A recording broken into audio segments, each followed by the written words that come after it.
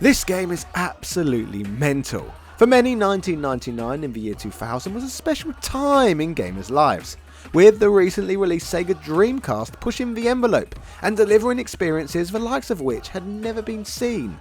Who could forget, for example, the insane immersion Shenmue delivered, or the addictiveness that Power Stone brought to the table? The Dreamcast introduced all sorts of insane magic, but perhaps no game was more bad, dangerous and off the wall than the unbelievably crazy title that let you play as the Prince of Pop, or the Crooked Witch of the West herself.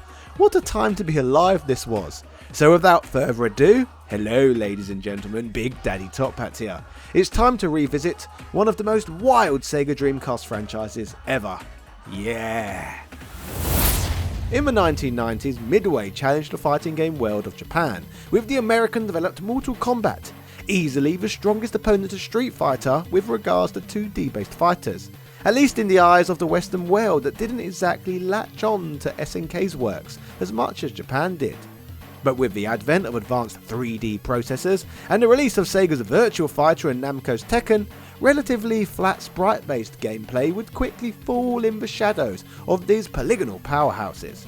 With the writing on the wall, Midway would wrap up their focus on 2D gameplay with the belovedly janky Mortal Kombat trilogy and begin focusing on 3D titles with War Gods in 1996 and Mortal Kombat 4 in 1997.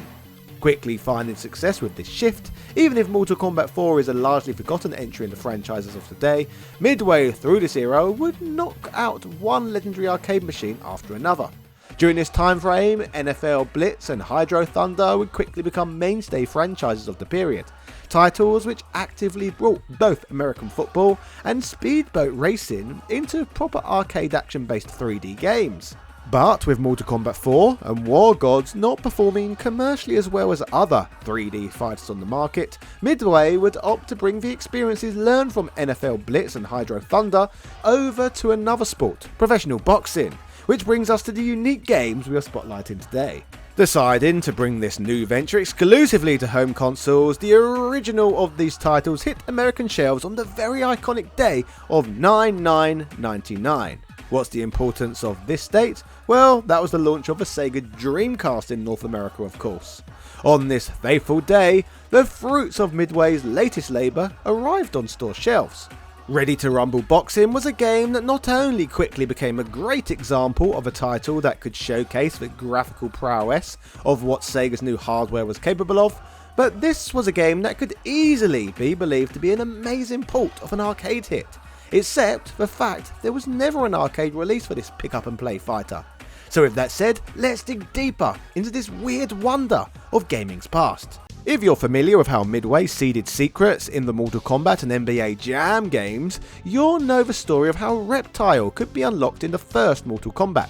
But more ridiculous characters would quickly begin to become unlockable in Midway games. For example, the then current US President Bill Clinton could be unlocked amongst others in the first NBA Jam title. When it comes to Ready to Rumble Boxing, despite being focused on the real world sport, the franchise initially only had one celebrity appear in the inaugural entry, Michael Buffer. You know, the well-known announcer who always used to say, "Let's get ready to rumble!"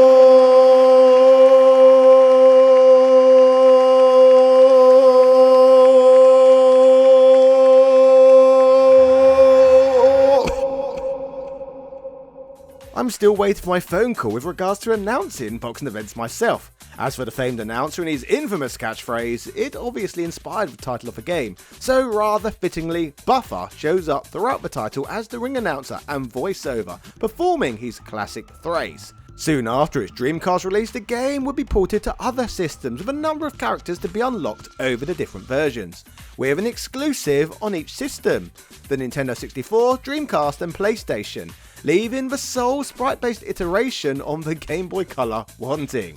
The media at the time raved about the title, IGN, for example, would state, "I'd have to say it is shaping up to be one of the best console titles I've ever played.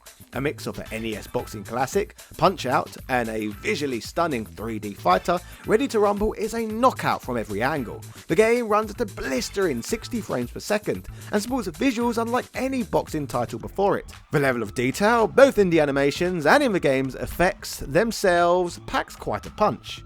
The intros are absolutely hilarious, and you can actually see the effects of each blow on your character.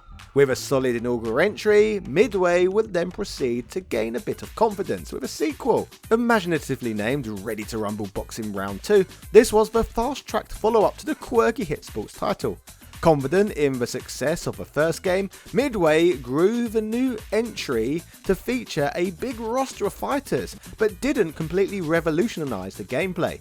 Amongst those new fighters that fit within the world of Ready to Rumble, it included 4 people that were considered iconic to American citizens.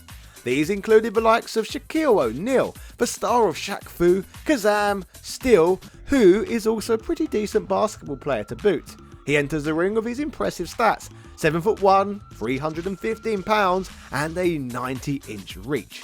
Stupendous for a 28-year-old master of multiple mediums.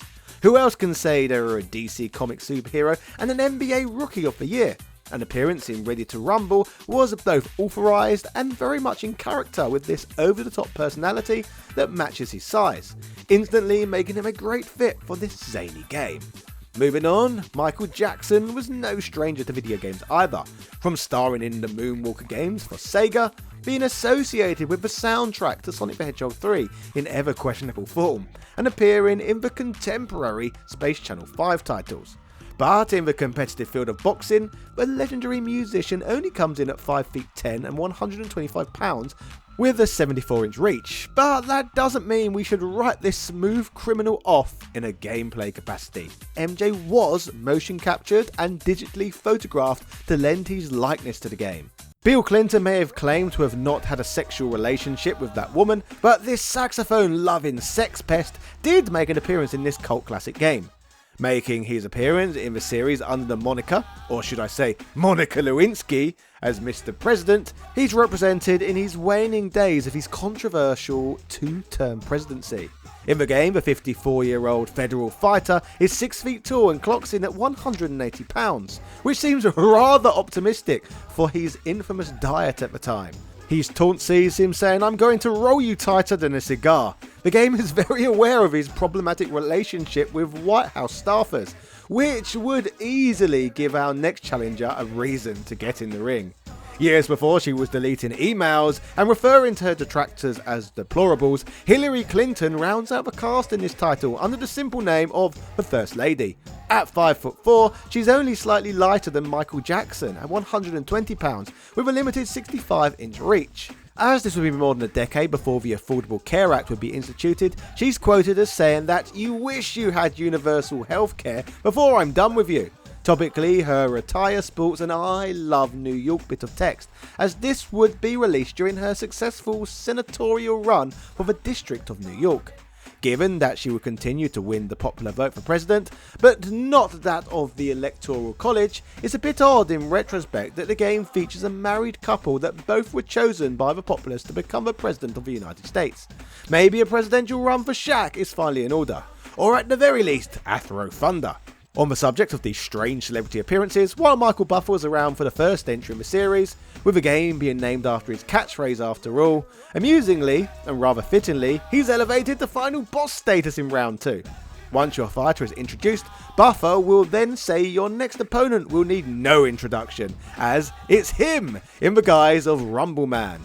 After dropping to the ground and screaming in pain, a hulked out Michael Buffer will appear, well, buff and will rise. Ripping through his classic tuxedo and dress shoes, Rumble Man can be faced as a final boss, then eventually chosen as a player character. If there was any accusations of steroid use to be had, maybe stay away from whatever Buffer's taken in the ring. Ready to Rumble Round 2 was the last release in this era, as the game was generally found to be just a roster upgrade, and despite the inclusion of 4 new celebrities joining the cast, it was largely dismissed as a quick reworking of the original.